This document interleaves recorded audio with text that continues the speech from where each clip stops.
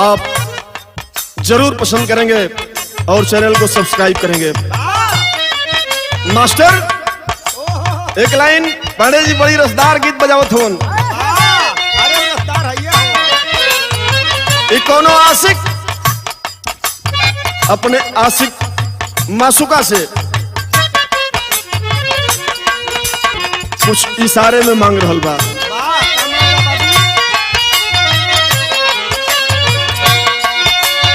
ये गोरिया रे ए गोरिया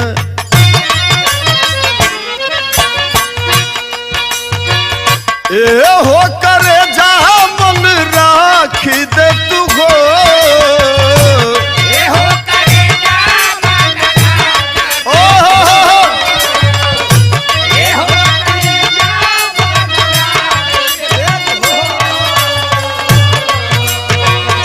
ए हो करे जा मन राखी दे तू हो तनी खिड़की से एक बेर झांकी दे तू हो तनी खिड़की से एक बेर जाके देखो है तन खेड़े कबीरा जाके देखो है तन खेड़े जवाब में नहला पर दहला।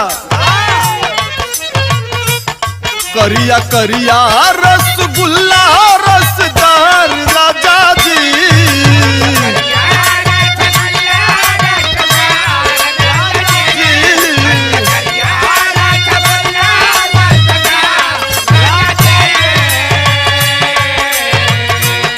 करिया करिया रसगुल्ला रसदार राजा जी हमके करिए सिया दहसला वार राजा जी हमके करिए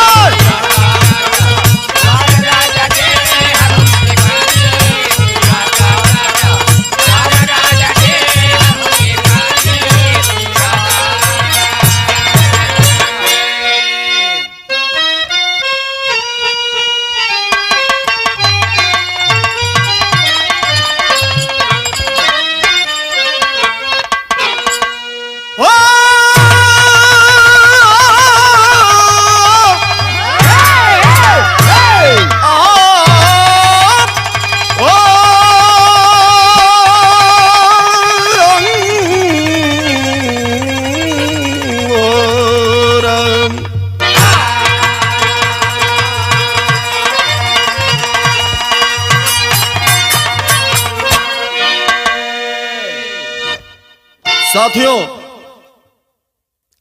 गीत की शुरुआत थोड़ा देशभक्ति भाव से है।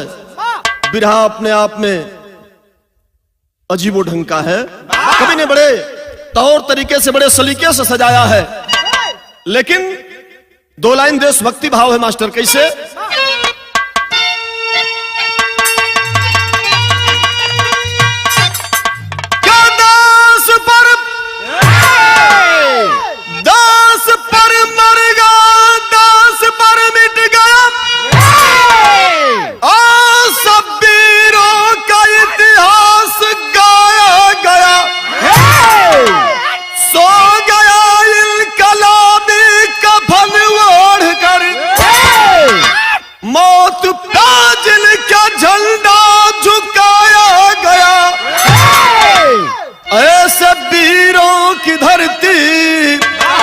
कदम चूमती कर रही हर दिशा फक्र सयारती नाज हमको भी बड़ी नौजवानों से है गोद ले झूमती जिनको माँ भारती।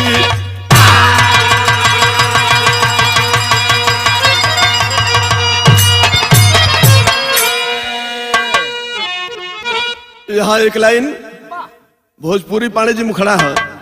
कैसे? कैसन रसिक मिजाज का भाव बा, जरा गौर करेंगे।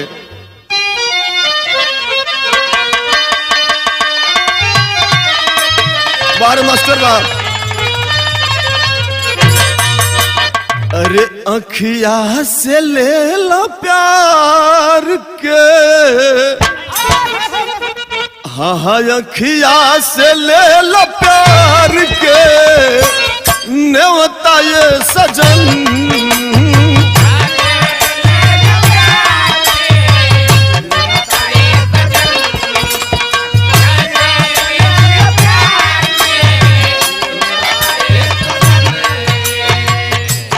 तोहरा के दिल के मान लिहली देवता ये सजन।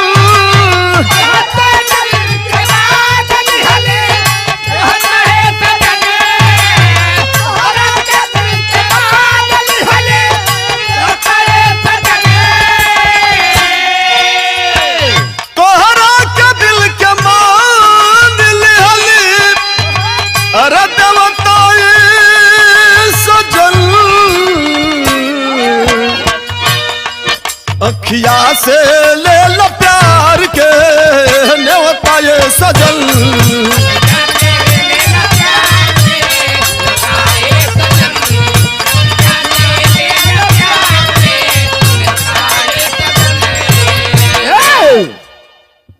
बड़ा दुख है आज देश के अंदर किसको, उन जवानों को।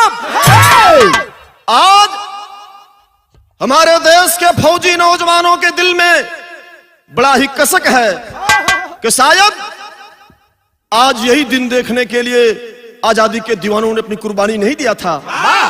लेकिन खैर देश की सियासत और रियासत पर रहने वाले लोग चाहे जो कुछ भी करें, लेकिन हम तो सरहद हिंद के लिए, अपने वतन के लिए हमेशा हमेशा बलिदान और बलिदान के इतिहास को हमेशा दोहराते रहेंगे। कैसे भाव है,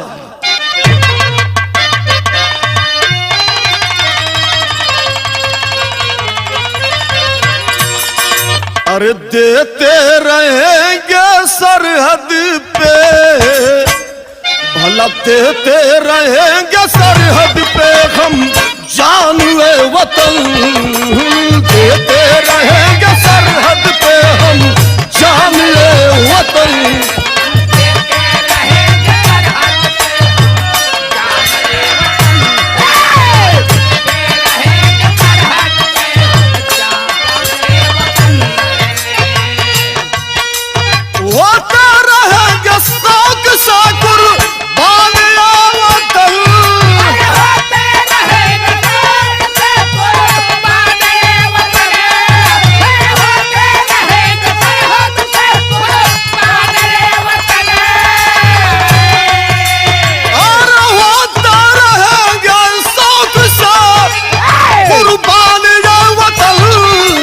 देते रहेंगे सरहद पे हम जानुए वतन।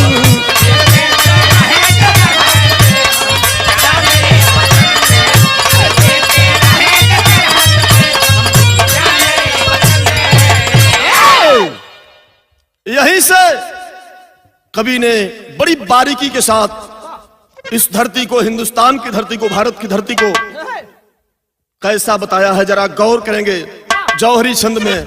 कैसे भैया,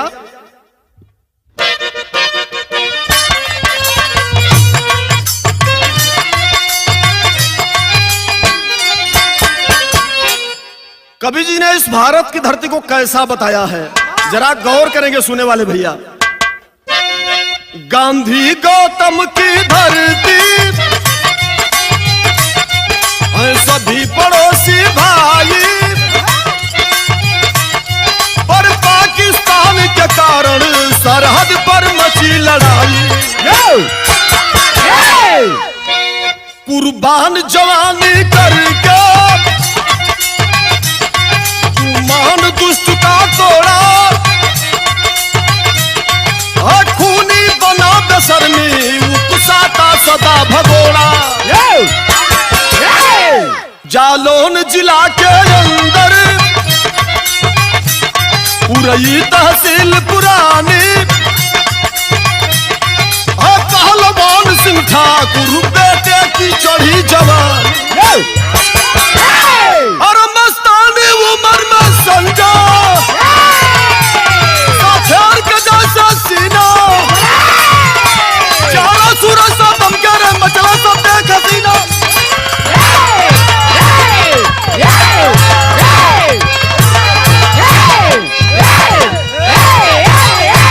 बहुत अच्छे। कहानी पर गौर करेंगे। जालौन जिला के अंदर एक उरई तहसील है, एक छोटे गांव बा, वही तहसील के अंतर्गत हरिहरपुर। और हरिहरपुर मर्दों का घराना है। वो धरती ऐतिहासिक है जहां पर एक बड़ा नामी ग्रामी आदमी जकर नाम रहल पहलवान सिंह। और जैसा नाम है वैसा ही काम है। खानदानी अखाड़ा पहलवान सिंह का चलता है। एक कई बेटा बा, इकलौता बेटा बाबू पहलवान सिंह के जकर नाम बा संजय सिंह।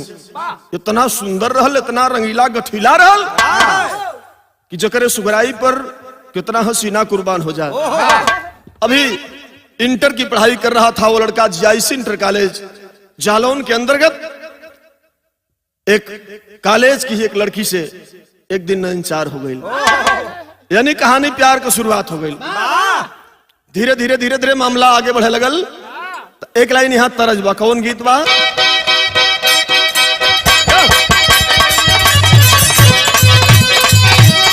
अरे दिया राजा दिया।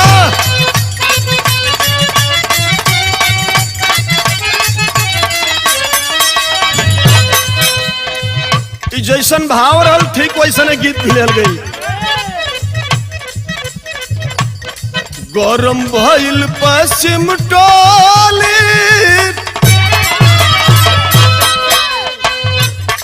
गरम भइल पश्चिम टोली, लागे चल जाई गोली। गरम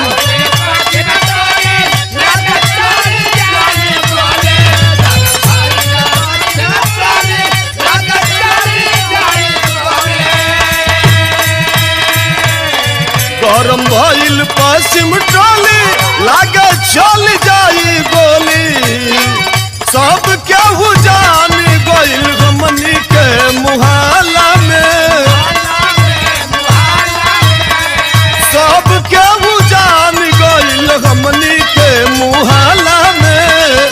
छोटा की धराइल दिया कुंवरा की गाला में।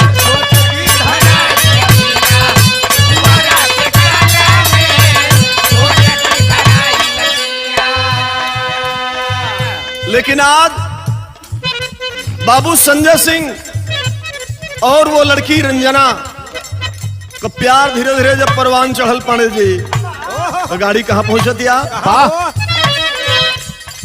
प्यार में दोनों पागल भइल, सगरी मर्यादा भूल गइले। प्यार में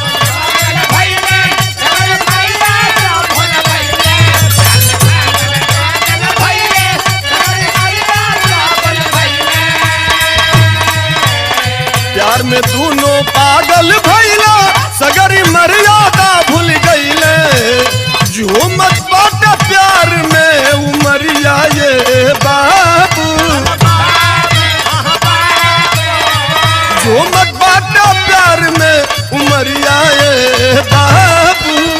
शान के परान बा चोरिया ये बाबू।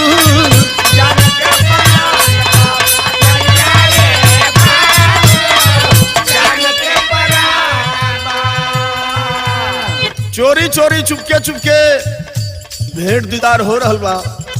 एक दिन रंजना कहलस कि ए राजा खाजा खइबो, एंगने कहिया ले मजा लिया। रंजना कहली लेता दुल्हन बनाई,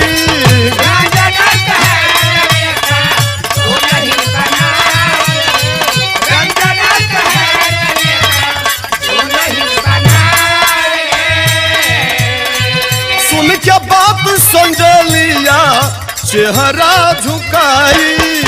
उनके बाद संजय लिया चेहरा झुकाए, उनके बाद संजय लिया चेहरा झुकाए। ई बात जब संजय सिंह सुनलन तो जितना प्यार का कांटा ये आसमान पर चढ़ रहल, लब से एकदम बग धरती पर आ गए। कलस की काहे हो राजा, अब निखे निक लागत का करी, देखबू एगो मजबूरी पर। कौन मजबूरी आ गई? आज ले मजा कटला तो कोनो मजबूरी ना रहल, और जब शादी कैले के बात आई तो मजबूरी आ गई। संजय सिंह कहत बड़न कैसे? कह दे कुजात बिरादरिया ए बाबू, कह दे कुजात बिरादरिया ए बाबू, जान के परान बा जोरिया ए बाबू, जान के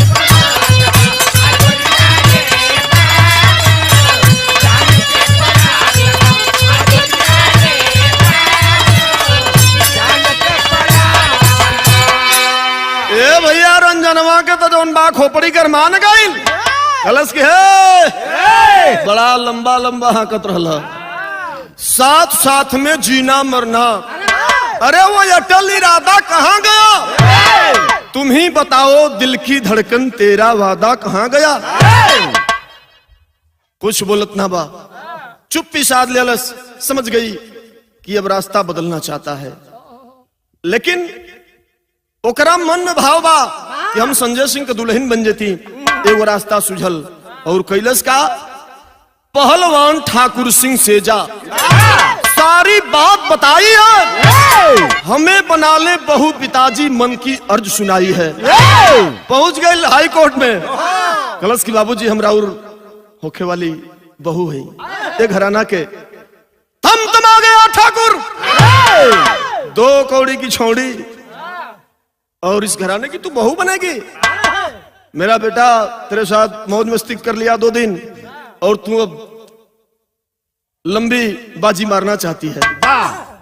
तो डांट के बोला है, हंसा कसाई रावण जैसा, अरे सोया शेर को जगा दिया, कौड़ी की छौड़ी रंडी हो लात मार के भगा दिया, भग जाओ। अरे जात का तुम्हारा बाप कुम्हार ही तो कुम्हार की बेटी है, और ठाकुर घराने में भीगी बिल्ली की तरह से लौटती है। लेकिन सारा अरमान चकनाचूर हो गई रंजना को। अब पहुंचली घरे, जब अपने बाबूजी के बुजुर्ग आदमी अवन पैर पकड़ के बाबूजी का रंजना रोके को बात कहे लगल। एक लाइन भोजपुरी का उहे गीत बा मास्टर साहब तोरे जमाना वाली,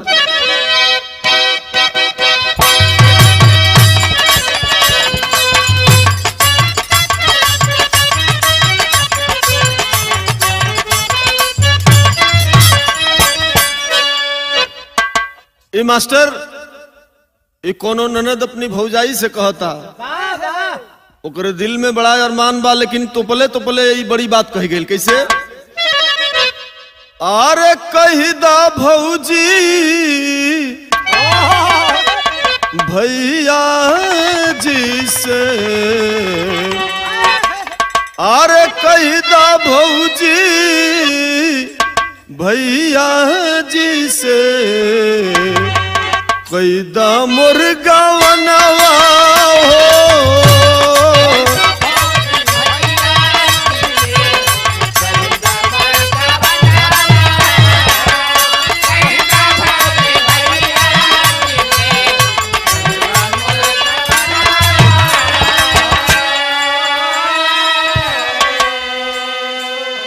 लेकिन ए बाबू रंजना के दिल का सारा सपना चकनाचूर हो गई। रोती बिलकती बाबू पहलवान सिंह के दरवाजे से अपने घर पर जाती है। घर पहुंचल तो वह दिन दिल का सारा भेद खुल गई। बाबूजी के पैर पकड़ के एगो बात कहती है, कैसे, अरे यसुआ बहावत घरवा, भला यसुआ बहावत घरवा, आ गईली मयनवा हो,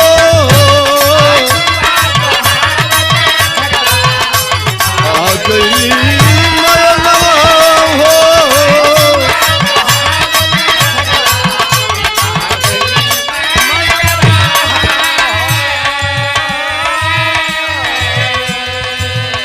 आंसुआ बहावत घरवा और आ गईली मयनवा हो, छातिया में धध के बाबू, छातिया में धध के बाबू, साहब के बचनवा हो।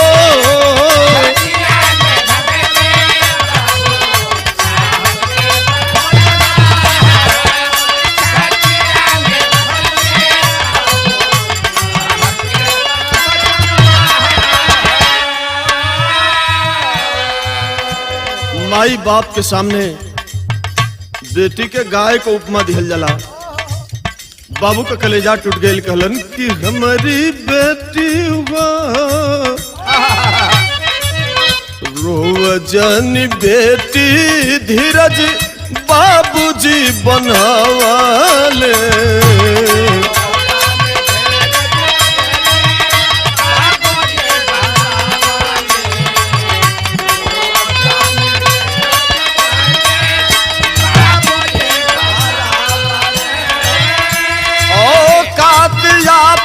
अपनी बेटी से बतावाले।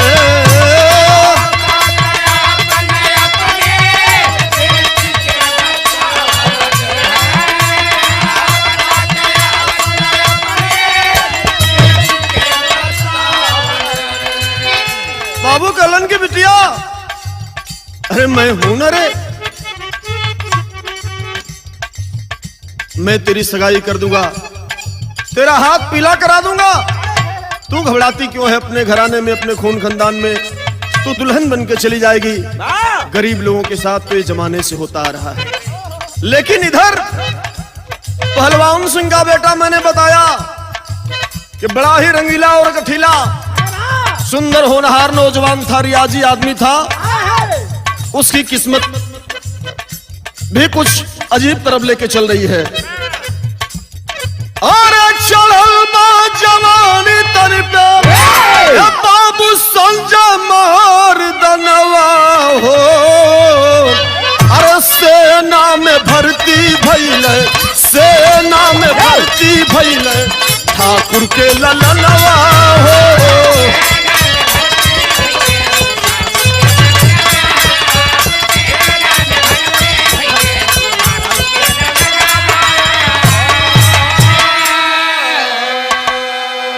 रंगरूट नौजवान था संजय सिंह। मिलिट्री में आजमाइश किया, इंडियन आर्मी का नौजवान बन जाता है।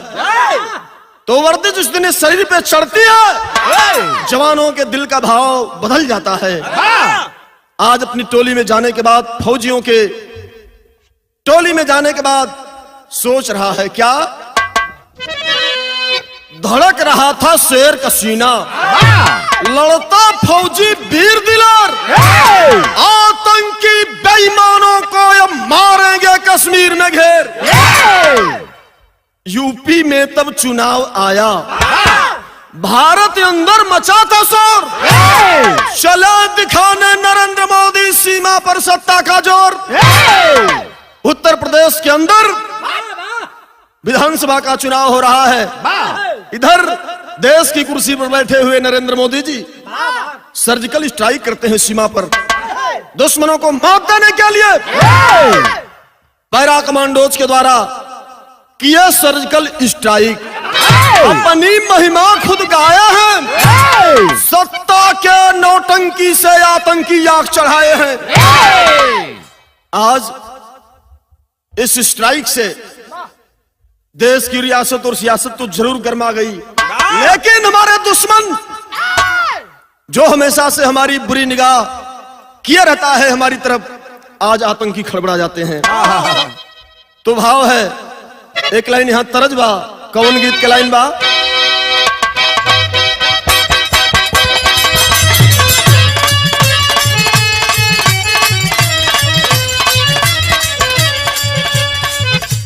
अरे निमिया के डलिया क्या डोलिया बनल बा,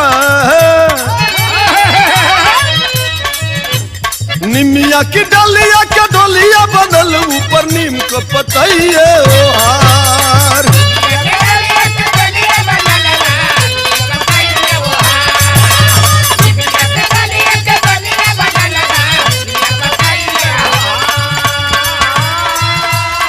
निमिया की डलिया क्या डोलिया बनल, ऊपर नीम का पतइये हार। देवा लोक से चलली भवानी न हो, देवता बनल कार।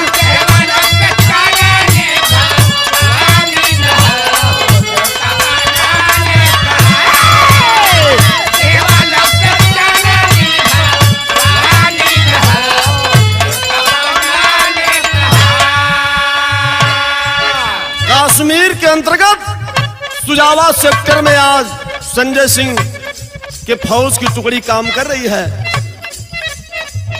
कवि जी भाव लिख रहे हैं, सेक्टर सुजावा में हिंद क्या फौजिया, अरे सेक्टर सुजावा में हिंद के फौजिया, देखी बौखलाए बेईमान।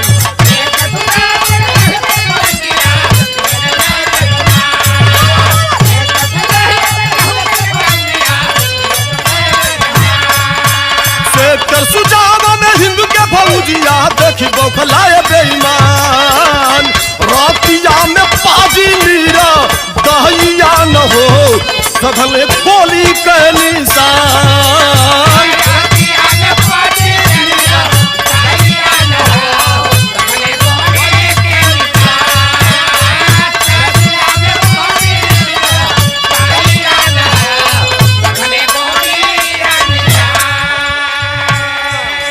संजय सिंह की टुकड़ी ड्यूटी करके थोड़ा सा आराम कर रही है, लेकिन पहरा पर कौन है? संजय सिंह से रबाला वन वन हो, छावनी के पहरेदार। संजय सिंह से रबाला वन वन हो, छावनी के पहरेदार।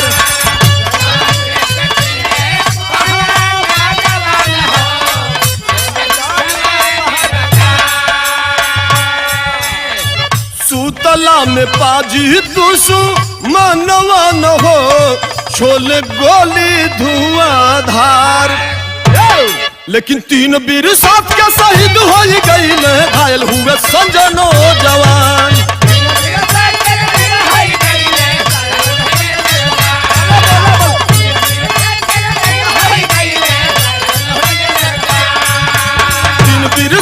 शहीद हो गई, घायल हुए संजय नौजवान।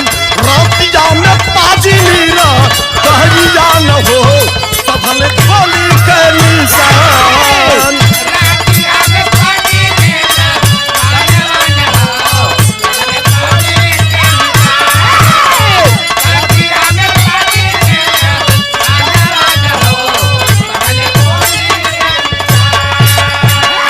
भैया हो, अपने टुकड़ी के जवानों की पहरेदारी ठाकुर पहलवान सिंह का बेटा वही संजय सिंह कर रहा था। बाबू संजय सिंह ड्यूटी पर बड़ी मुस्तैदी से तैनात हवन, लेकिन चोर हमेशा आगे ही सोचता है। आतंकी टुकड़ी के ऊपर अकस्मात फायरिंग करने लगते हैं, और जब हमला कर देते हैं तो संजय सिंह के साथ के 3 सिपाही, 3 फौजी जवान शहीद हो जाते हैं। लेकिन ये जवान भी घायल है और गोली बाजू में बगल में लगी हुई है। सेना के हॉस्पिटल में जब भर्ती हुआ जवान, तो देख करके डॉक्टर भी हाय हाय कर रहा है। अधिकारी जुटे हैं सेना के। भाव कवि जी लिख रहे हैं, घायल संजय सिंह सेना अस्पताल वायर, सेना अस्पताल में डॉक्टर दिहल गोलियां निकाल।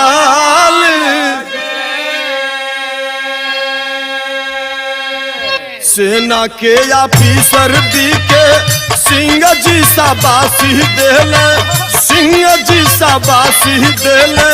धनी बड़ा धरती के लाल।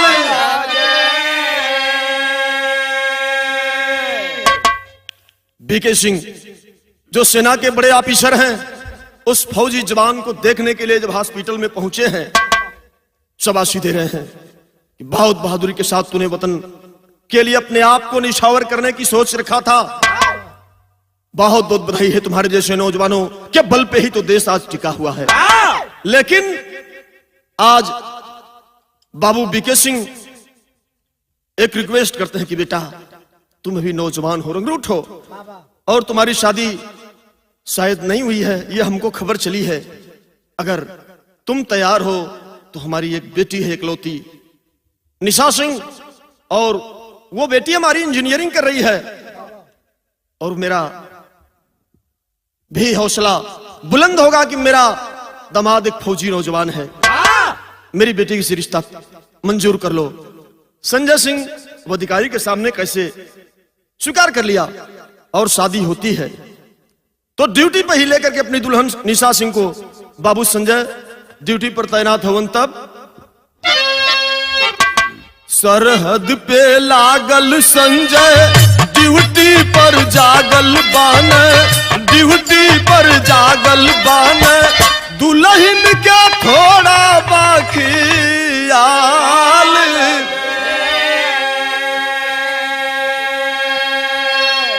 फौजी जवानों को हर काम से बढ़कर के वतन की सेवा है और बॉर्डर की सेवा है। बॉर्डर पर दुल्हन संगे जरूर बा, लेकिन बड़ा कम समय अपने दुल्हन के संगे दे पावन। आज इस समय और जमाना ईमानदार लोगन खातिर, देशभक्त लोगन खातिर, समाज के लिए जिए वाले लोगन खातिर ऐसने वक्त लेके आवेला।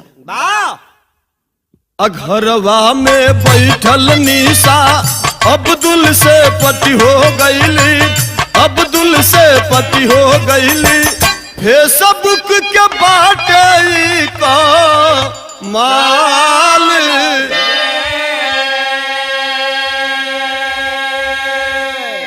आज नेट की जमाना में भैया केहू की मोबाइल पर केहू चली आवत बा। घर में बैठल बैठल दुल्हन के जीव जब उजिया जा तो टीवी पर हुए मोबाइल में टिकटॉक टिकटॉक हर वहर फेसबुक चलावल, व्हाट्सएप चलावल, नेट पर कुल मनोरंजन के लिए काम रहल। संजोग से एक दिन फेसबुक पर एक डॉक्टर जिसका नाम अब्दुल अंसारी था, उस्मानिया हॉस्पिटल का हेड ऑफ डिपार्टमेंट, ओकर लिंक एक मोबाइल पर मिल गई।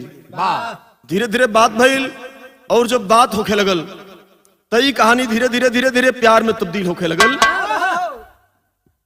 और निशा सिंह रिक्वेस्ट करे लगल कि साहब तन एक बार दर्शन हो जात, इतने फोन पर कहियल बतियावल जाई, दिल में बड़ा अरमान बा, जिंदगी धन्य हो जाए, हमहू अकेले बानी, कहियो अगर इजाजत होके इच्छा होके तो हम बुलाई निक मौका देख के।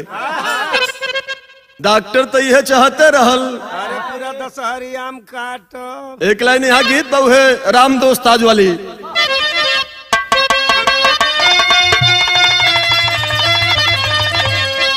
सावन महीनावा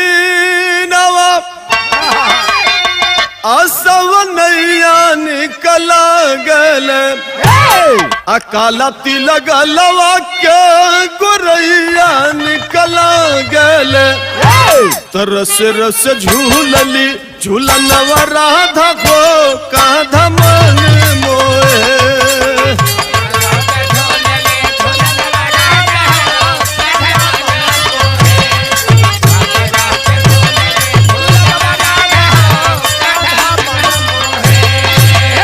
ए भैया ये जो फर्टिफिकेशन वाला प्यार बा, अपनी मेहरारू से आदमी सोच मुंह बात ना करी। टिंकुआ का मम्मी आई कहीं से तो समय से कम पानी दिहल कर, समय से खाना दिहल कर, सोच बात कर। अरे हमरा जैसा रहल कि तू खप गईलू अब दूसरे की मेहरारू से जब बात करे के होई, हेलो बोलो सोनू, आपकी आवाज जब तक मेरे कान में नहीं जाती है तो खाने में नहीं पहुंचत भाई, न खाना निक लगत बा न पानी निक लगत बा, कहाँ रहलू हम, मोबाइल तो बड़ा देरी से बिजी बतावत बा। निशा सिंह अब्दुल से बतियावत बा फोन पर, कैसे अब्दुल से निशा मीठी बात बतियावली, अघरवा में अपनी यार के बोलावली, तुहरा बिन आवे ना चयनवा राजा हो, मनवा लागे ना हमार।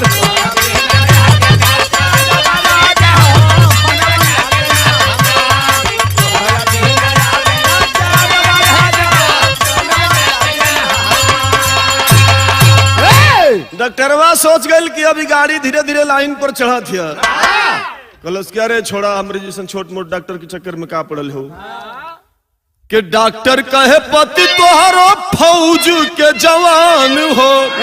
निसवा कलस कह रहे छोड़ा ना, दिन रातों के बम गोला से मतलब हो, हमार जवानी सगरी जोन बा ढरकल जात बा, ओके तनिको ऐसे मतलब नहीं खे, तू आवे है ने मजा कटल जा। लेकिन डॉक्टर कहे पति तोहरो फौज के जवान हो, अनिशा कहे तोहरे में बसला प्राण हो।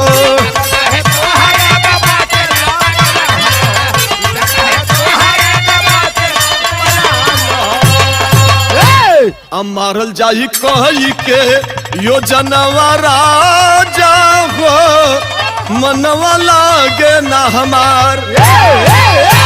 कलश के रे फौजी बड़ा मोटी होला, पता लग दी तो सगरी डॉक्टरी हमार जोन बा की भीतर चल जाई। कलश के रे ओकर दवाई हम न करब, ओकरे चिंता में मत रहो, ओके तो जोन बा हम मीठा खिया के मार दे। एक दिन धीरे धीरे ऐसा दिन आ गए, शुभ दिन। साल भर हो गया फौजी संजय और निशा की शादी हुए। सालगिरह मनावल जात बा, इष्ट मित्र अगल बगल के लोगन के। निशा सिंह कहली की देखे रजा, अरे घरे नहीं जा, बॉर्डर पे ही अगल बगल के दो चार लोगन के बुला के कम से कम ई दिन तो खुशी से हंसी से मना लिहल जा। सब लोग जब नाश्ता पानी कई के भोजन वगैरह करके चल गिलन, तब जोन बा वो मिलिट्री वाला निकलस घोड़ा दौड़ावे वाली दवाई गिलासी में ढार के कलश की राजा जी आज हमार मन बा कि अपनी अंदाज में हम थोके पियाए। अरे भैया जब अखबारी में पकड़ के लागल चुस्की देवे, नशा में जब ओवरलोड हो गया जवान, तब धीरे से डॉक्टर को फोन करती है कि हेलो, काम तमाम करने का मौका आ गया। तुरंत रात की बेला में वह डॉक्टर हाजिर हो जाता है कमरे पर संजय फौजी के। आज जब हाजिर भयल तो उस समय के भाव बा घरवा में हेल गई। और जब घर में हेलल तो फौजी जवान तो लुढ़का हुआ है, नशे में है। निशवा कहतिया कि तुहार दुश्मन सामने पड़ल बा, आधा से अधिक काम कम कर देले हैं, बस थोड़ा सा का बात बा, हथियार उठाव अपन तुम पूरा कर ले। सीना पर सवार हो गया अब्दुल अंसारी। डॉक्टर जब फौजी जवान के सीने पे सवार हुआ तब तब भक्त से आंखें खुल गई। अरे ये का होत बा, सारा नशा टूट गया, लेकिन शरीर काम नहीं करत, उठ नहीं पा रहा है। विदेशिया में भाव बा,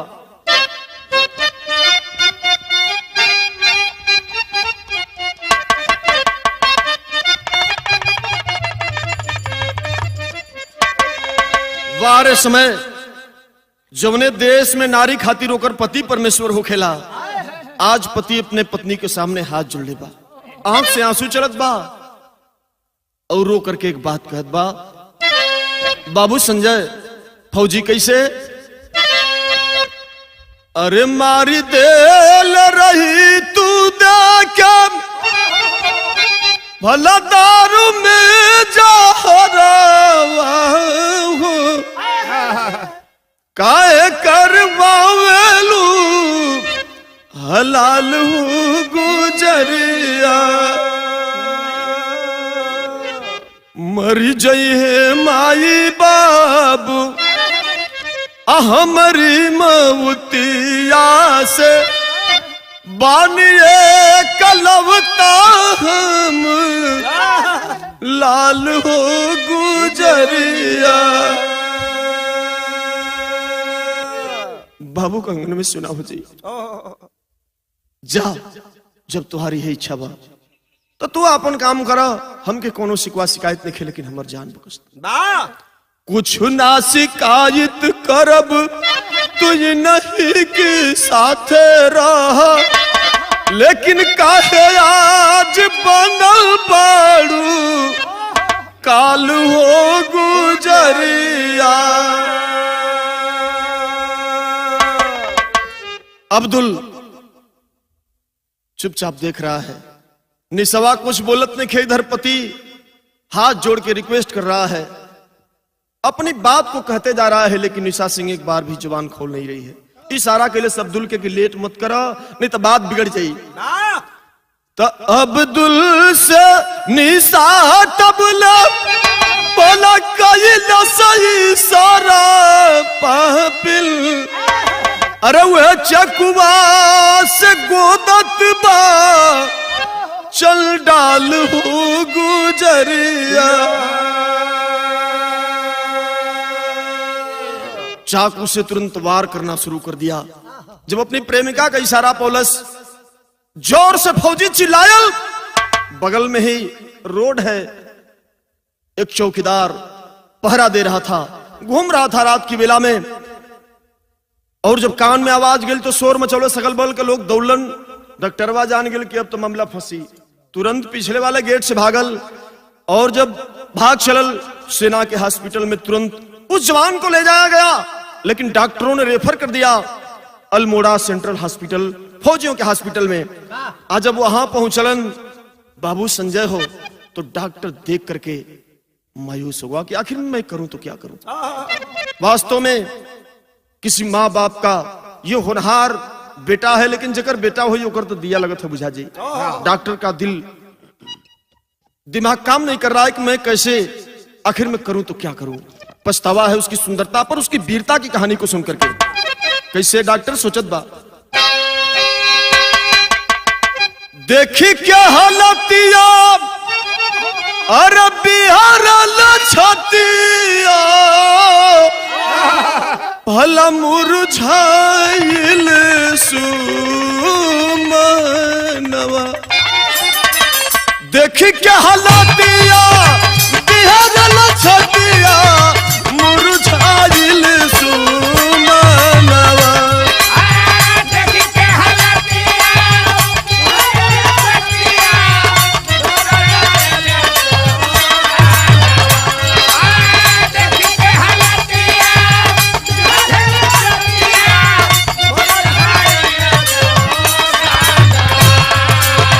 देखी क्या हालतिया बिहार छतिया मुरझाइल सुमनवा।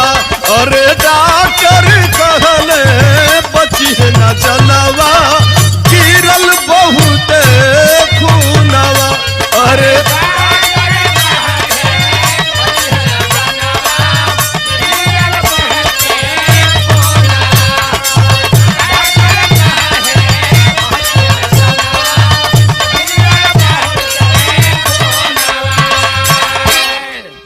पूरे डॉक्टर के स्टाफ सारे लोग इकट्ठा हो गए हैं कि आखिर में इस जवान को कैसे बचाया जाए। तरस आ रहा है इसकी जिंदगी पर, इसको तत्काल ताजे खून की जरूरत है, और बिना खून के इसका ऑपरेशन भी नहीं हो पाएगा, और ये जिंदगी मौत से जूझ रहा है लड़का। किया जाए तो क्या किया जाए, लेकिन कहल जाला कि जाको राखे साइया मार सके ना कोई, बाल न बांका कर सके जो जग बैरी। अरे रोवे सब लोग ये गो नर्स दौड़ल आइल,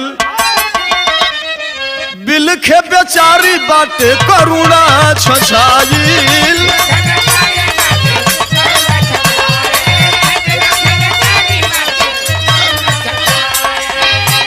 कलश के साहब, आखिर में हम तो एक समाज के सेवक हैं, हमको भगवान का दूसरा रूप कहा जाता है, तो लीजिए जितनी मर्जी हो। बड़ी ऊंची बात, उतनी बड़ी भीड़ में वो लड़की उसी डॉक्टर की स्टाफ एक नर्स कर रही है। क्या कर रही है, हमारी बदनिया में चोरी लाया साहब देश की हो कारनावा, देश की हो कारनावा।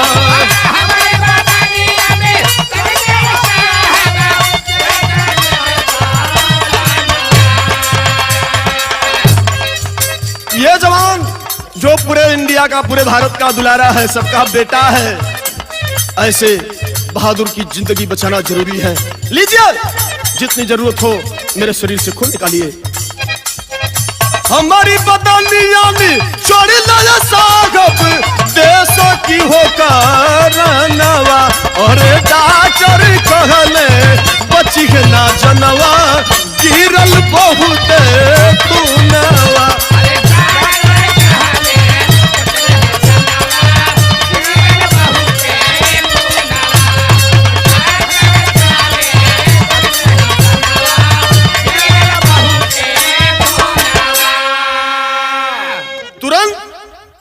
कार्यक्रम शुरू हुआ, ऑपरेशन सफल हो गया। धीरे धीरे धीरे धीरे होश में आने में, होश संभालने में उस जवान को कितने दिन? पूरे 5 दिन लग गए। लेकिन बेड पर जहिया आंख खुलल, आज जब आंखिया खुलल हो बाबू, तो देख रहा है कि आखिर मैं हूं तो कहां हूं। डॉक्टर ड्यूटी पे आते हैं और जो ही आंख खुलती है तुरंत स्टाफ के लोग डॉक्टर साहब को खबर देते हैं कि जवान होश में आ गया। तुरंत डॉक्टर साहब मौके पर पहुंचलन, और जब मौका पर पहुंचलन तो पूछ रहे हैं कि बेटे कैसी तबीयत है?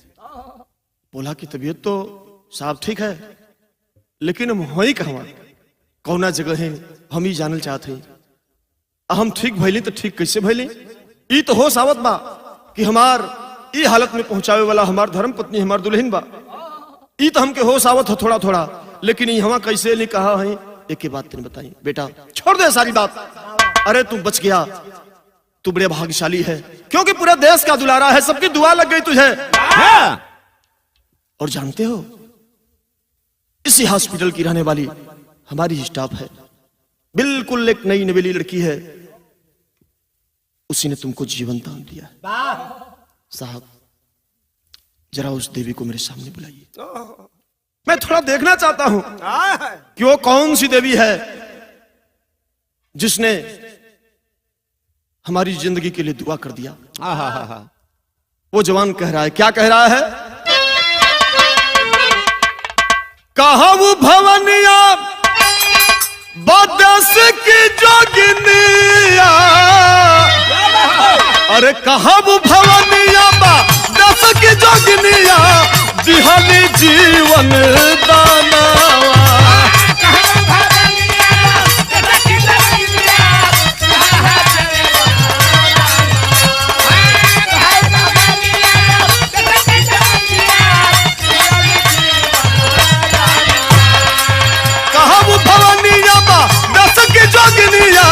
दिहली जीवन दानवा, अरे डॉक्टर कहले बची है न जनवा, गिरल बहुते खूनवा। अरे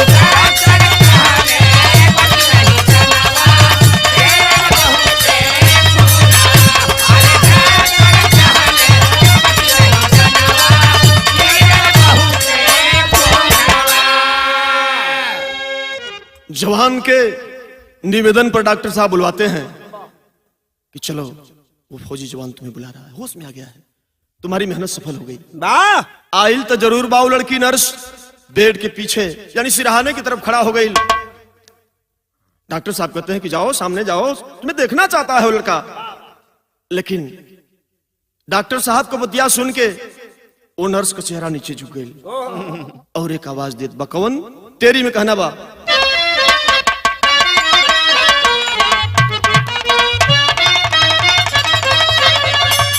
अरे चेहरवा का देखाई तो हके, भला है चेहरवा का देखाई, ओहो चेहरवा का देखाई तो हके, अरे नफरत होई हृदय में देखती परछाई। ये साहब हमार जोन फर्ज रहा हम कह दिली, लेकिन हो सके कि हमके देखला के बाद आपके दिल दिमाग में कौन गुस्सा आ जाए, कौन नफरत पैदा हो जाए, तो ये बात तोपले रहता, काम तो हो न गई। आवाज पहचानने में देर नहीं लगी, सामने नहीं आ रही है, आंख से आंसू चलने लगा और रो करके एक बात करी है, अरे तनिको एहसान जेकर बस एक बेर हो जाला भैया,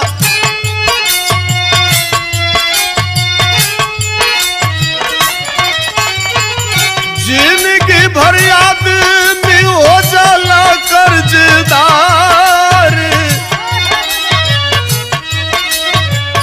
तनवाई मनवा गमता सागरी लुटाई हो दिहली,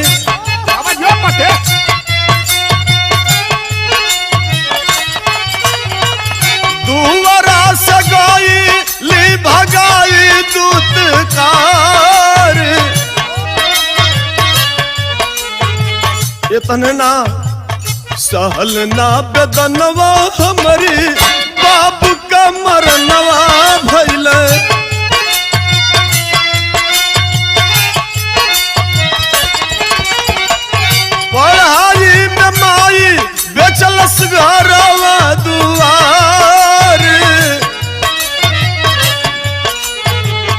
देवी जैसन हमार माही कदुआ हमके लग गई। सैनिक अस्पतालवा में नर्स बन गईली साहेब।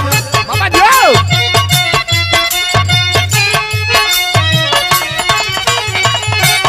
आराम में चुभे अब मनवा के यार।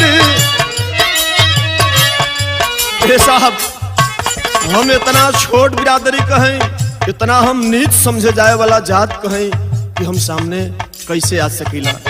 बानी हम गरीब जात कैसे का समनवा आई।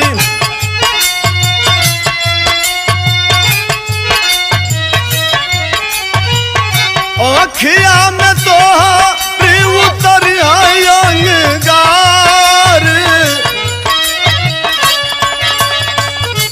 एक तरफ बाबू संजय सिंह के पूरे परिवार के लोग हैं, बाबू पहलवान सिंह सामने बैठे हैं, शर्म से चेहरा नीचे झुक गया है। सब लोग बस सुनत बा। आज वो नर्स के आंख से आंसू चलत बा, बस अपन बात आगे बढ़ावत जात बा। ठाकुर पहलवान सिंह के फाटल बा कर जवा कहिया।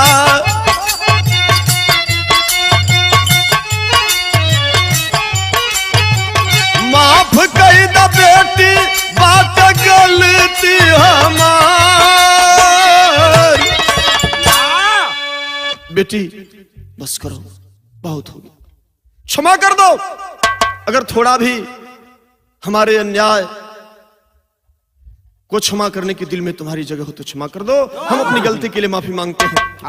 कि तुम्हारी जैसी देवी को पाकर के आज मेरा बेटा बच गया, नहीं तो मेरे कुल खानदान का दीपक बुझ गया होता। कवि जी आखिरी लाइन में लिखते हैं कि इंसान से बढ़ करके उसकी इंसानियत और उसका फर्ज हुआ करता है। जाति और धर्म बड़ी नहीं, आदमी का कर्म और फर्ज बड़ा होता है। ललकार करके फिर एक बात सिंघनी की तरफ से, जब ठाकुर पहलवान सिंह जया लात मार के भगोले रहलन, सिंघनी की तरफ से दहाड़ रही है। कैसे? आखिरी लाइन में भाव है,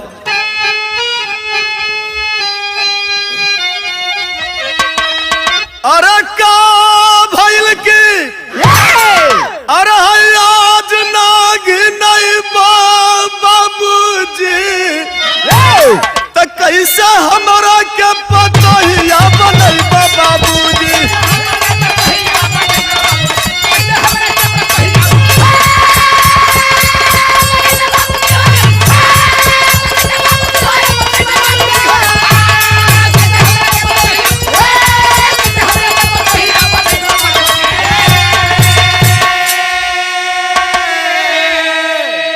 संजय कहे माफ कर हमरो नदानी, अरे जीवन भर याद रही तोरा कुर्बानी।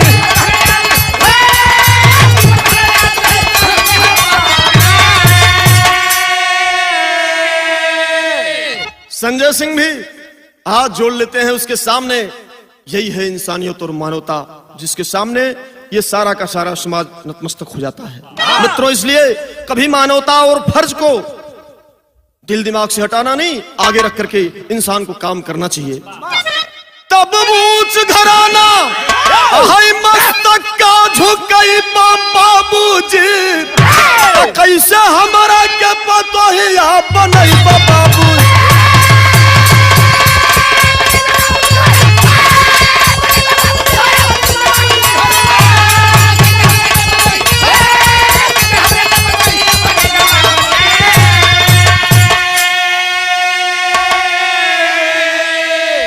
गुरु बिहारी गुणेश मानवता कभी न त्यागो, जाति धर्म से ऊपर उठकर देश हित में लागो। अरे चारवा का दिखाई तो के तो संतोष